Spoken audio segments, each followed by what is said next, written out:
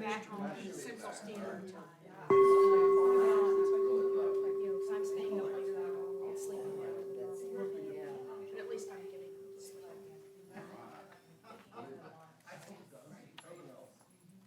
Ann Peake writes what the ancients knew.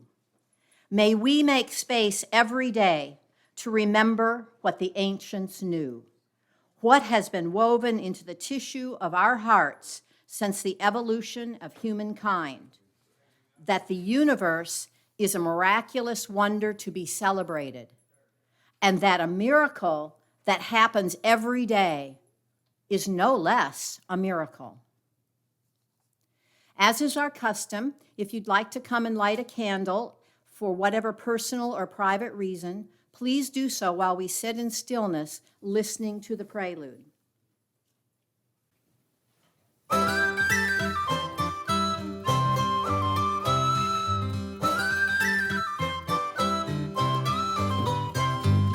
This is the happiest song I know, guaranteed to make me smile.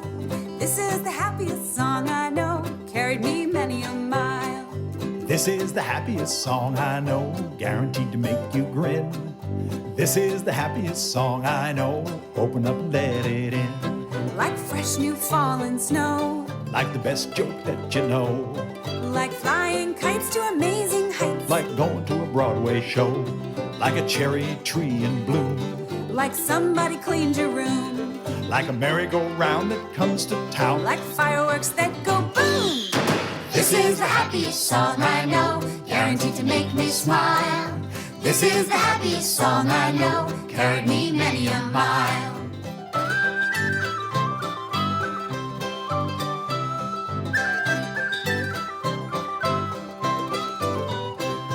like a wild blueberry patch, like a long fly ball you catch, like the way you shout when school is out, like ice cream down the hatch, like a wicked water slide, like a fire engine ride, like the thrill you feel behind the wheel when bumper cars collide.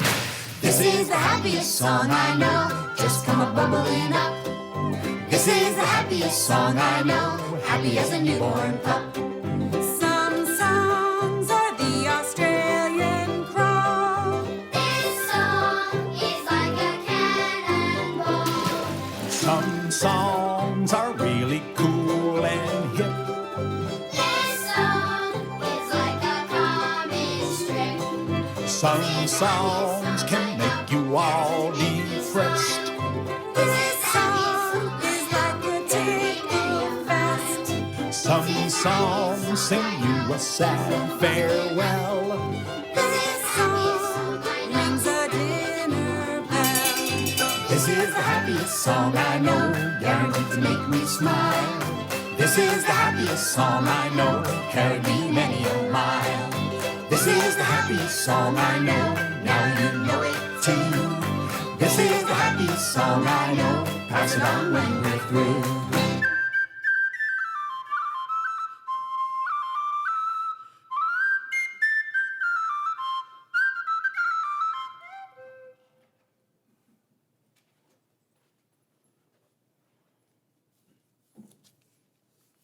Please stand in body or spirit for our chalice lighting and spoken affirmation. Wayne Arneson wrote, "We have come into each other's presence this day, seeking a part of ourselves, knowing that we do not live alone, and knowing that we cannot live fully if we ourselves are alone. May the stories we share give us courage. May the songs we sing give us hope.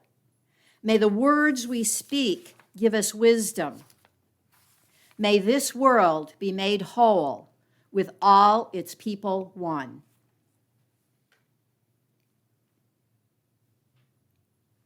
Join me as together we remind ourselves of the affirmation that is a cornerstone of our free faith tradition. Love is the spirit of this church, and service is its law.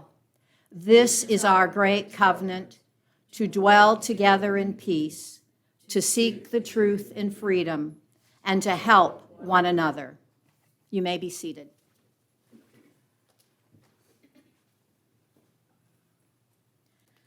Good morning. Our opening thought is an excerpt from a poem by William Matthews. The book and the poem are called A Happy Childhood. He'll remember like a prayer how his mother made breakfast for him every morning before he trudged out to snip the papers free. Just as his mother will remember she felt guilty never to wake up with him to give him breakfast. It was cream of wheat they always or never had together.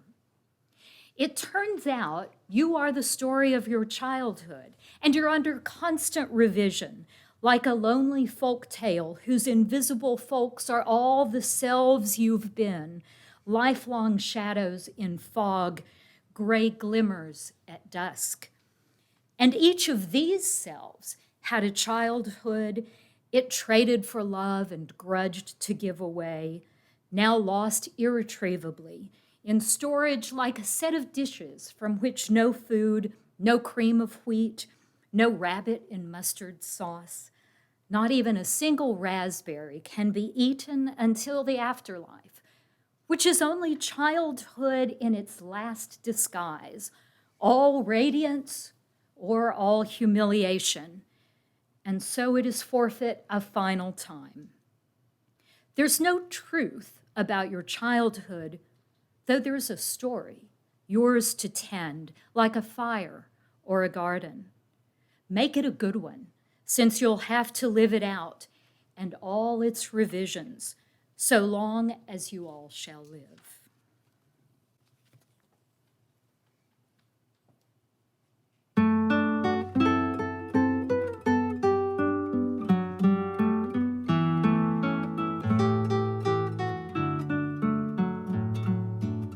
Sing me the story of your day,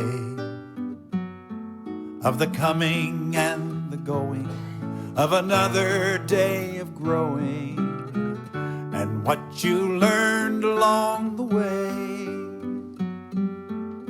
Sing me the story of your day. Sing me the story of your day. A surprising smile that warmed you, an idea that transformed you. Show me the game you learned to play. Sing me the story of your day.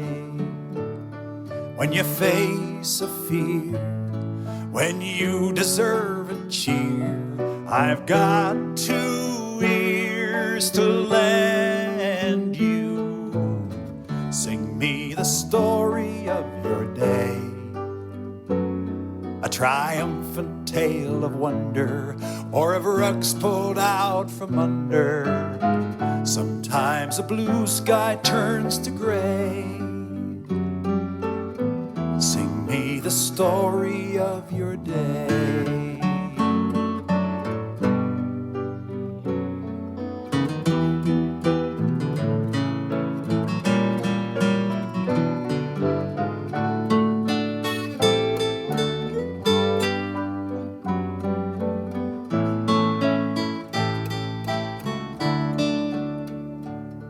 When you need me near, I'll always be right here to listen and defend you. Sing me the worries of your day. Can we solve them now? I doubt it, but it helps to talk about it, and we might find that it's okay. Sing me the story of your day.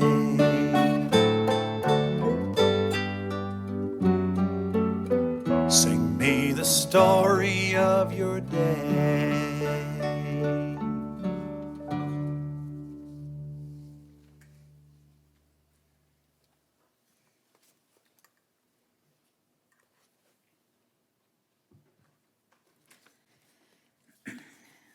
Our reading comes from Jamie Figueroa And it's in an online magazine called Emergence. They publish a print edition too, but you can see it online. And Jamie is an indigenous person. I don't know which tribe or tradition, but this is an excerpt from a much longer piece talking about trying to live in Arizona in an area with very poor access to water and also accessing indigenous wisdom from grandmothers and wise women who are around her in that southwestern area. You should also know that she is a writing teacher, and so this part of these excerpts that I've pulled from the essay are mainly centered around her writing class. There are many kinds of story. A story can simply be a thing, the way dominant culture has turned a river into a thing. A skunk, a stone, a sparrow, all into things. A black man, a brown woman. Or a story can be living. It can be an activating force that alters vibration, transcends time, and shifts not only how we perceive, but our shared reality itself. A presence you can feel drawing close to you, taking hold of your hand, pressing its lips to your ear. Moving just beyond the limits of our mental constraints, it is an ever-shifting spirit that penetrates our cells and the infinite possibilities and combinations of beingness encoded there. Together, the story and we, each one of us, become something altogether new. The previous fall, during a fiction writing workshop I was teaching at the Institute of American Indian Arts, my class became impassioned with stories of the future. Students spoke to the futuristic movies and novels they cherished for good reason, many of them iconic or classic, apocalyptic stories of the future, dystopian motifs. Not far from where we find ourselves now.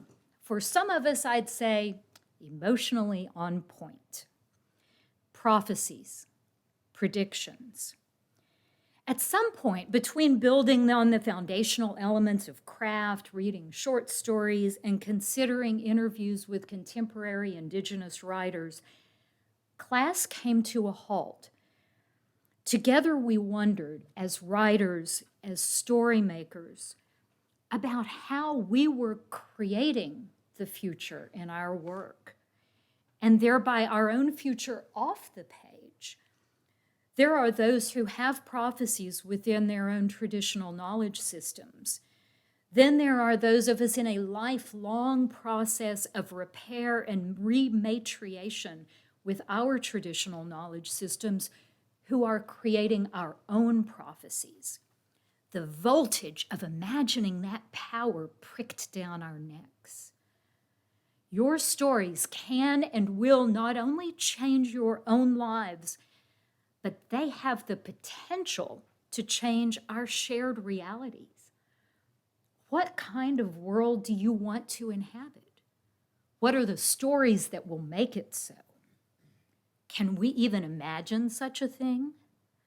Our pens seem to stand at attention, waiting, daring us. All causes have effects. All choices have consequences.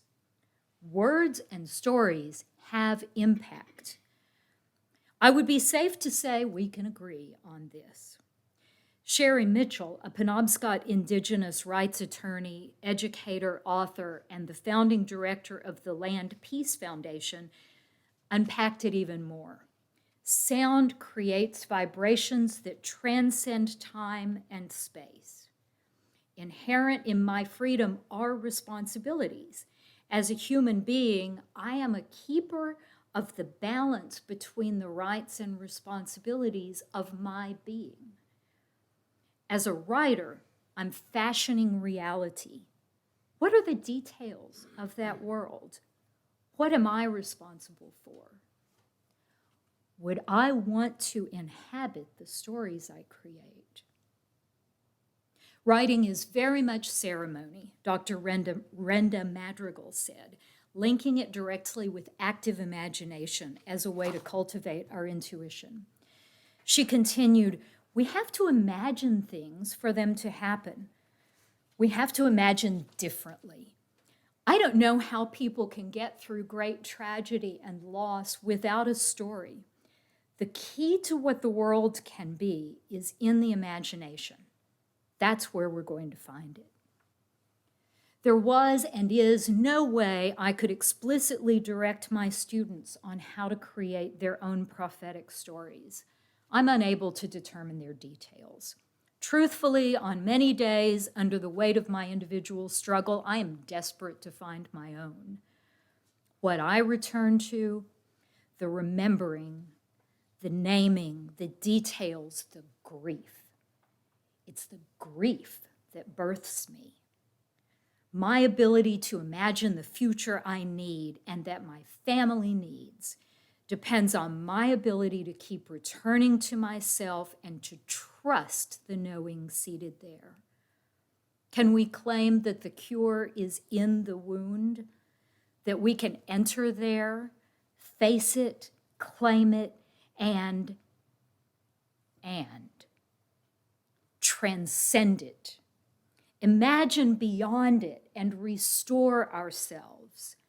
Dance and sing the next iteration as we bear our scars and our ancestors' scars, our earned inheritance as if adornment. Dare we? Can we restory ourselves and rebirth the world?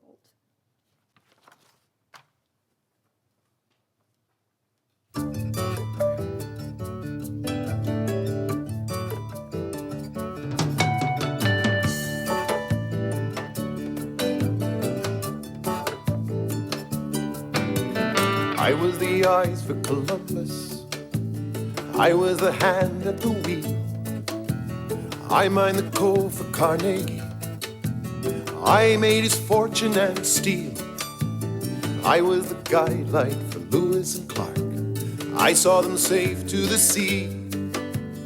At Monticello, I was the fellow who built everything that you see. I was John Henry's partner. Without me, he'd never have won. I laid the tracks from the ocean. I forged the gold spike when it was done. First on the beaches at Normandy, I was the first one to fall. Though you may look in your history book, you'll not find me mentioned at all. They remember my name in the evenings when the fires fade to embers and coals. Recall the deeds I have done. Will I be the one, or will my life be the greatest story never told?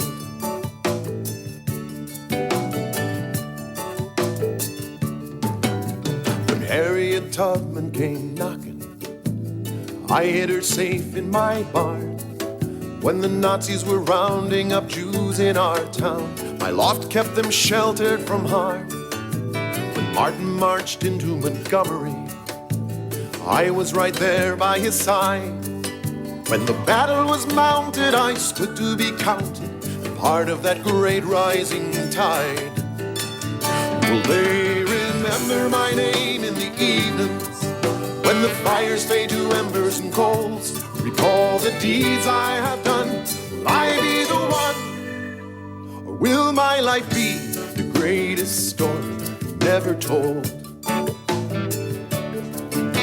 For age upon age it's recorded. The story is always the same when our children are charting the future. Who are the heroes they'll name? And when history comes calling for blood and for bone, and we each take our place in the dance, between the famous and few and the people like you is just a sliver of fortune and chance.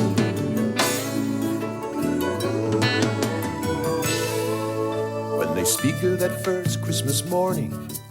They remember the Virgin and Child, the shepherds who worshipped in wonder, the kings and the animals mild. I accepted my place in the bargain, though the questions were constantly near. I lived my whole life for my child and my wife, another father, all fire and fear. Will they remember my name in the evenings, when the fires fade to embers and coals? Recall the deeds I have done. Will I be the one, or will my life be the greatest story never told? Will they remember our names in the evenings, when the fires fade to embers and coals? Recall the deeds we have done.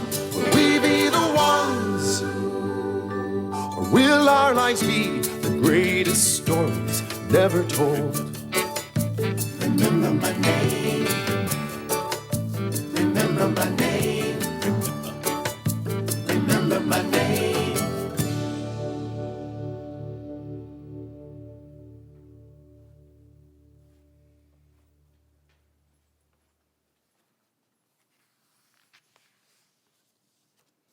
We're now going to have our practices, so sit back and relax and put your feet on the floor and take a deep breath.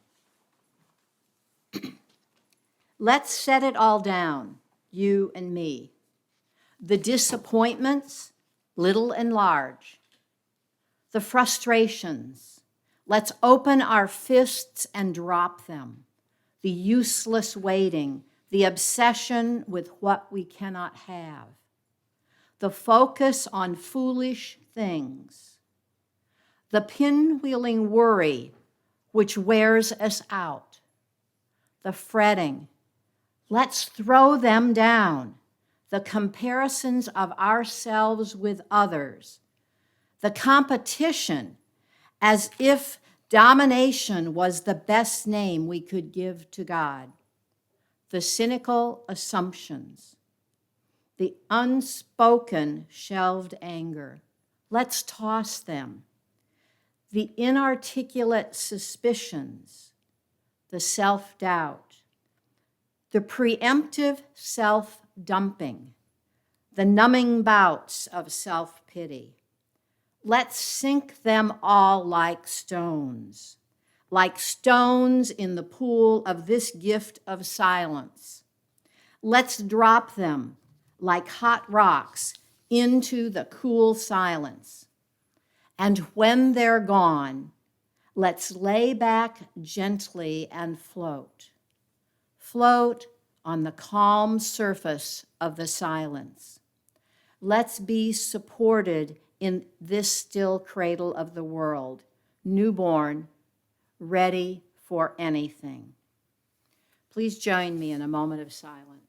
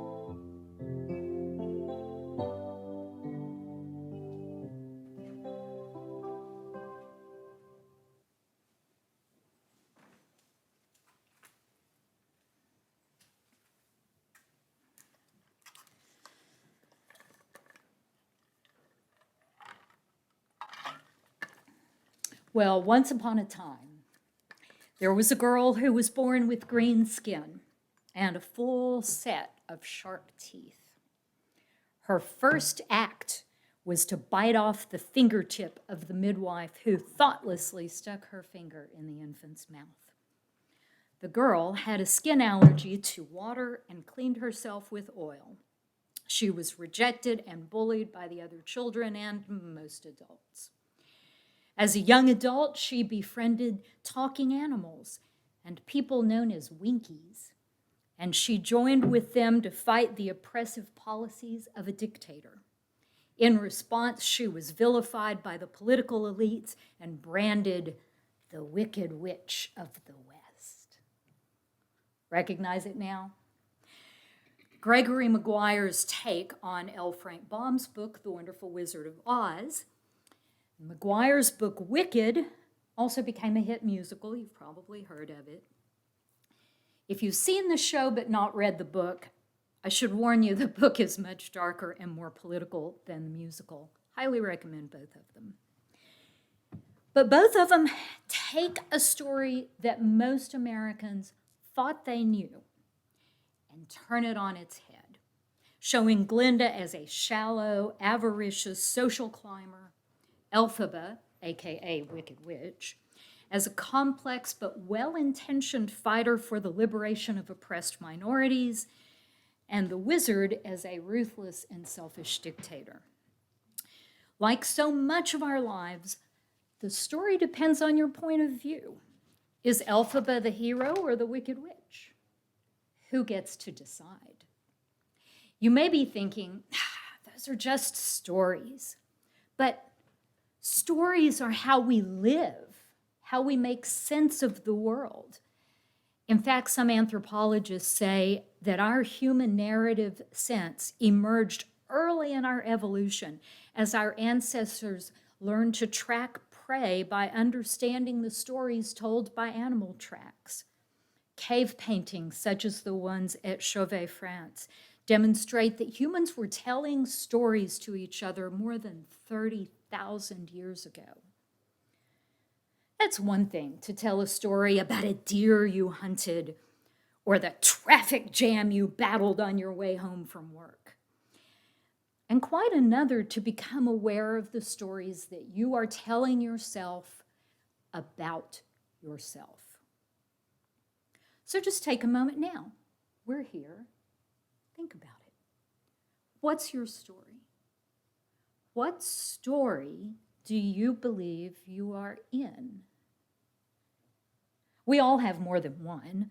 So there's the professional resume story you would give in a job interview. I was born in Lubbock, graduated from Texas Tech, and then attended graduate school at Ohio State. My first real job was as a technical and marketing writer for an asbestos consulting firm, and then I went to a bigger environmental firm. That's one aspect of my life, but it doesn't tell you anything about who I am or what I believe or what forces shaped me. So what other kinds of stories might you have about yourself?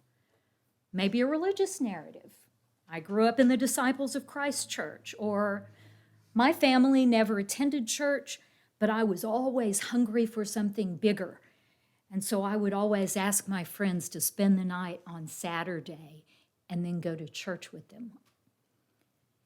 Is there a story that you tell your spouse or your closest friend about how you turned out to be the person that you are now? Maybe you had a parent who was absent or cruel, or you measure every action by trying to be the opposite of that. Or maybe you were a fortunate one who had a loving, open-minded, supportive family, and they gave you a strong home base to adventure from. Have you ever thought about what stories you tell yourself about your life and how you turned out to be the person you are in the place that you are? Why are you in Denison, Texas? Maybe you have narratives that are below the level of conscious awareness. And in that case, It might take a little quiet time and inquiry, some journaling to uncover them. I remember doing a board workshop one time where the facilitator presented a square divided into quadrants to represent what we know internally versus what we show to the world. The first quadrant is all the things that you know about yourself and everyone else sees. Are you tall or short? Do you have an accent? Do you tend to talk first or hang back? The second square is your internal world, the things that you keep to yourself, the struggles you hide. The third square is the one that I found a little terrifying. These are the things that everyone sees but you. These are the things everyone else knows about you. They may even assume that you know them because they are so obvious, but you don't. No one ever mentions them because they think it's so obvious. These are the things that you don't know you're doing. These are the things that make me shudder when I see a video of myself. And unfortunately, the only way to uncover these traits or habits is to ask someone. In fact, there's an entire business model. There's a company that has approached me numerous times about, to know if you're a good manager, we need to talk to your employees and do one-on-one interviews with all of your employees and ask them what they really think, because they're never going to tell you. So this is where our unconscious story shows itself to the world. The fourth square is all the things that are unconscious to you and invisible to everyone else. I'm sure that there's a psychiatrist who finds this part fascinating, and there is a lot to uncover there. That's a big job. That's for somebody else to unpack. But it is worth taking some quiet time to think through your own story. You could even write it down or, speak it into your phone voice app, or better yet, tell your cat. Most cats are very patient with life stories, I've found, and they don't even care if you're the hero or the victim as long as you fill their bowl at the end of the story. So what turns a bunch of stuff that just happened into a story? Every story has 5 elements: a protagonist or a main character. Guess what? This is you. Are you the hero, the victim, the villain? Or, like most of us, are you just complicated? And all of those things. Desire. In the story of your life, there will be many desires. I love this passage from Ellen Bryant Voigt. There's a poem she wrote called Blue Ridge. She's talking about watching fireworks with her friend. And he says, my children would have loved this show. And I think how the young are truly boring, unvaried as they are by the deep scar of doubt, the constant afterimage of regret. They don't yet know that this is so much work, scraping from the self its multiple desires. We all have multiple desires. But which were the critical ones? Which were the desires that have shaped your decisions that landed you in Denison, Texas in the spring of 2023? Desires are complicated, and they often conflict with one another, and they drive everything we do one way or another. Third element, a barrier. This could be a person. Far too often it's a person. Could be a circumstance. Maybe family didn't have enough money for you to go straight to college after high school. It could be anything. It could be a failure. I tried to do this and I just was no good at it. Or I failed the first time and said, that's it. By the time we're adults, we've all faced many, many barriers, many failures. So the question is, which ones shaped who you became? Which roads were blocked? And then fourth, actions, events, reactions. This is the plot, really. How did you respond to those critical barriers, the blocked roads? In your life, where were the critical forks in the road? And here's something that's really interesting. When you go back and you look at the trends and the themes, and the trends in your life and the choices that you've made, are there themes that emerge? Is there some common element that comes back again and again? That's important. Finally, in a story, there's always change. Something changes. Something's learned, something's gained, something's lost. And remember, even giving up is a change. You're deciding not to act on a desire. That's a change. These elements shape every story, not just the polished ones that writers and filmmakers and ad writers tell. Character, desire or goal, a barrier, actions and change, or a realization. They shape your story too. And here's the good news. Recognizing them allows you to take control. Now, stories have tellers and a point of view, and it can be hard to think about your story from inside the main character's head. Are you being honest with yourself, or are you what your high school English teacher called an unreliable narrator? It's important to guard against becoming Humbert in Lolita. You may remember him. He's walking around trying to get sympathy for his actions and ignoring the damage that he's doing, ignoring the effects that he has on other people.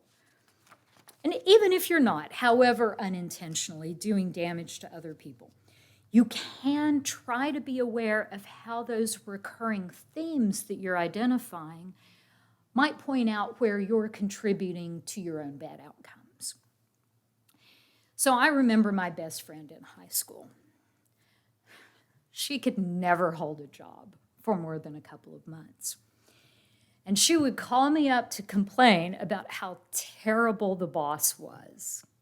The boss was always mean, always too harsh, never fair, wouldn't let her make personal phone calls at work, kept trying to tell her she had to, do things. I looked at all these very different jobs, all these very different bosses, and even at age 16, I thought, you're the only common thread here. It can't always be everyone else. So if you look at your story and you see a thread emerging, you might take a moment to consider who's the common thread? What is that theme that's emerging, and how are you contributing to it? Are you doing something or not doing something that contributes? Maybe it's not everyone else picking fights. Maybe you have a quick temper. Or maybe you need to stand up for yourself and be willing to walk away when someone is taking advantage of you. Or maybe you look at this and you say, wow, look at that. I have brought a sense of humor to even the most tragic events in my life, and be happy. These themes can be good things too. They don't necessarily need to be things you have to fix. But after you've taken time to sit down and think about your story, what if you're not so happy with the choices you've made and the role that you've played? Here's the good news. The curtain isn't down yet. Rachel Aviv wrote in the New Yorker just this month about a philosophy professor named Agnes Callard. Callard's book, Aspiration, argues that people can embark on a path toward a destination, a new way of being a person that they can't yet see or understand, a process that she calls aspiration. When aspirants make decisions, they're guided by the possibility of a future self that does not yet exist. They imitate mentors or competitors, risking pretension because they understand that they haven't yet made room for another way of seeing themselves in the world. In other words, once you identify a change that you want to make, a better self, it's okay to proceed, even if you can't fully see or understand what it will be like to be that changed person. You can fake it till you make it, as the saying goes. And I have to say, when I was going into high school, I was the bookish, shy, not popular, scrawny little kid in junior high. And going into high school, a friend of mine who was a year older and had been at the high school said, "You know, what's really scary about going to the high school is it's all new people," because there were multiple junior highs feeding into the much larger high school. She said, "I hated it because I didn't know everybody anymore. And nobody there knew me." And I thought, nobody knows me.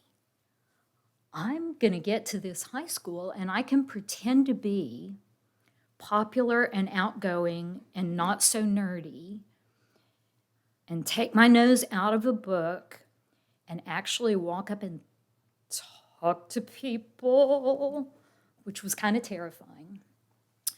But I did it. And it was awkward. This was not a smooth success story transition. This was me as a 14-year-old going way over the top with trying to be friendly. If there was anybody whose name I knew, I would wave and greet them from a long distance away, just trying to be a person I had never been before. It was awkward. It was uncomfortable. I missed the mark so many times. And, I overshot and pulled back and overshot and pulled. Anyway, it was a messy couple of years, but it was a good thing. And in the end, I did end up being a different person coming out of high school than the person who had entered high school, which is frankly what growing up is all about, right? But I know what that feels like, to just say, I want to be a different kind of a person, and deciding to do it. It is terrifying, and you will feel awkward, and you will not be good at it at first. And that's okay. It is okay. Turns out people are a lot more tolerant of us than I think we give them credit for, especially once they get out of high school.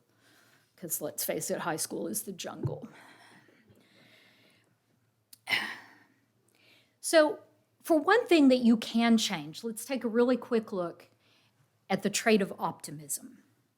Social scientists tell us that this trait of optimism to pessimism, there's sort of a scale, is a pretty stable trait in human personality.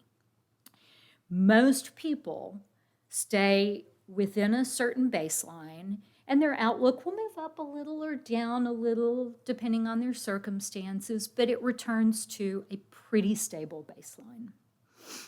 And there's a psychiatrist named Martin Seligman who has studied optimism extensively, and he came to believe that optimism can and should be cultivated.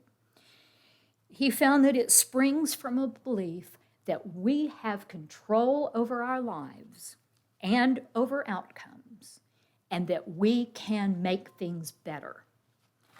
You probably heard of a growth mindset versus a fixed mindset.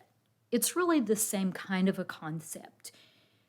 Do you believe that you can be better and make your life better. So Seligman said to a reporter just last year, optimism and pessimism, it turns out, are all about the stories we tell ourselves after both our successes and our failures. So ask yourself this: what kind of stories have you told yourself over the last few years? Which is a stretch of time that even the most practiced optimist may have found challenging. Have you, as I have, tended to look at current events and see the world unraveling, the future crumpling in a heap at your feet? Do you picture a path that leads to utter catastrophe, to dystopia, civil war, repressive theocracy, nuclear attack? That's called catastrophizing. The trick is to recognize that there's more than one path. We can influence outcomes, and the catastrophe is not inevitable. With some effort and practice, we can alter our balance of optimistic and pessimistic thinking. Seligman says it's now a robust, replicated finding that you can teach people to, for example, argue against their most catastrophic thoughts with reasonable evidence and move pessimism into optimism. The trick is noticing when you're doing it, when you're generalizing from the most negative events in your life and dismissing the good things. Oh, I messed everything up. Oh, that person gave me a compliment, but they're just being nice. They don't really believe that. Accept the compliments. Find the good things. It's a specific thought pattern, and it is something that you can address once you've noticed it at work in your own story. There's someone I really admire who does optimism well. Her name is Katharine Hayhoe, and she is a climate scientist and activist. She was at Texas Tech until this year when she moved to Dallas to be with the Nature Conservancy full-time. She published a book last year called Saving Us, A Climate Scientist's Case for Hope. She also publishes a weekly email with 3 sections: the good news, the not so good news, and what you can do. Simple and brilliant. Her good news is real, it's not greenwashing, and she doesn't pretend that there won't be a cost. But she points us toward hope. She is someone who has looked at her desires, her barriers, such as living in a conservative world where too many people dismiss climate change or care more about making money. And she's made choices that can change us all. Dr. Hayhoe is obviously driven by purpose. And we know that people with a strong sense of purpose lead longer, happier lives. Even if their purpose is something simple, like tending a beautiful garden, or feeding stray cats, or being a good dad.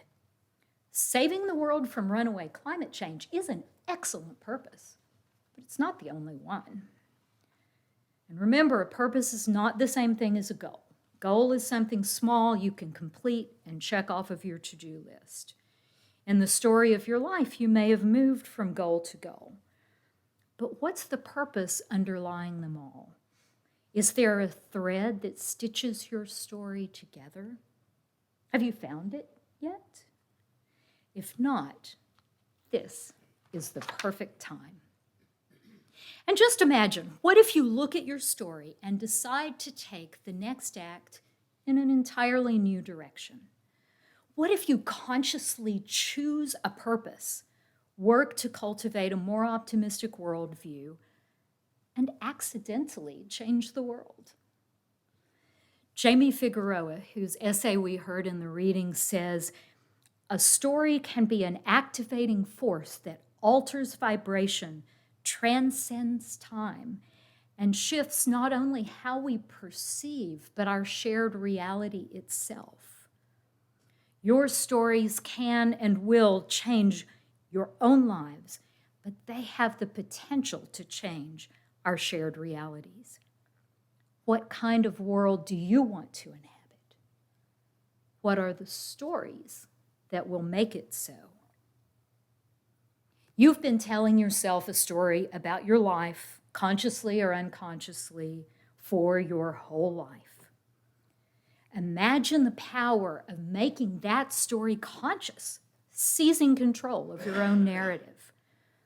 When you do that, you're not only changing your own life. Our stories are all intertwined, entangled in the interdependent web of existence where imagination has power. Hope has power. Choices have power. If you want to live in a better story, create it. You're the author. As my favorite Doctor Who said, we're all stories in the end. Just make it a good one, eh?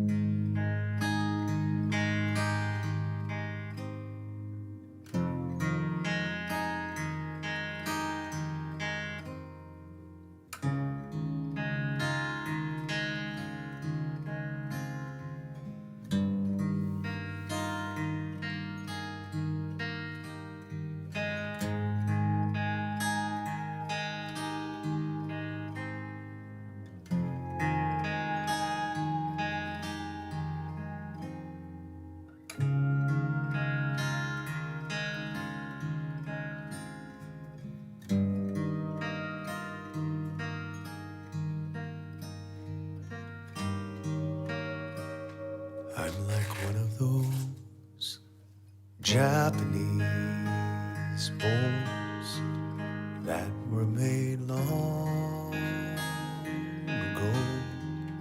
I have some cracks in me. They have been filled with gold. That's what they used back then. They had a bowl to mend. It did not hide the cracks. It made them shine instead. So now every old scar shows from every time I broke, and anyone's eyes can see I'm not what I used to be. But in a collector's mind, all of these jagged lines make me more beautiful and worth a much higher price. I'm like one of those Japanese bowls. I was made long ago. I have some cracks you can see how they shine of gold.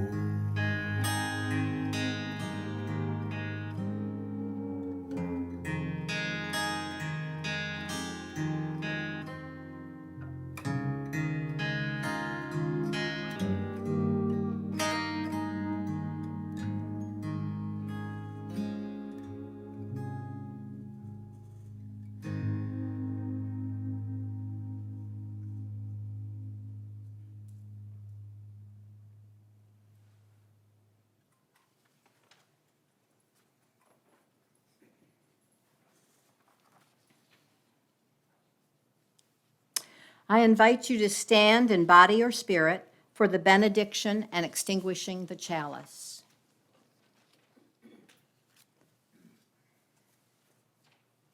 Our benediction today comes from William Stafford.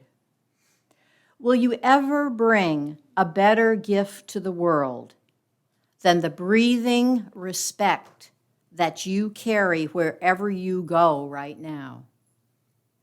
Are you waiting for time to show you some better thoughts? When you turn around, starting here, life is this new glimpse that you found.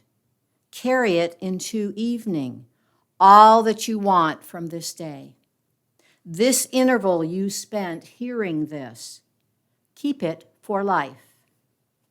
What can anyone give you greater than now, starting here, right in this room, when you turn around?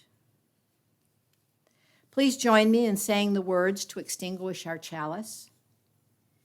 We extinguish this flame, but not the light of truth, the warmth of community, or the fire of commitment.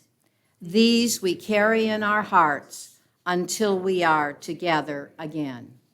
Go in peace to be peace.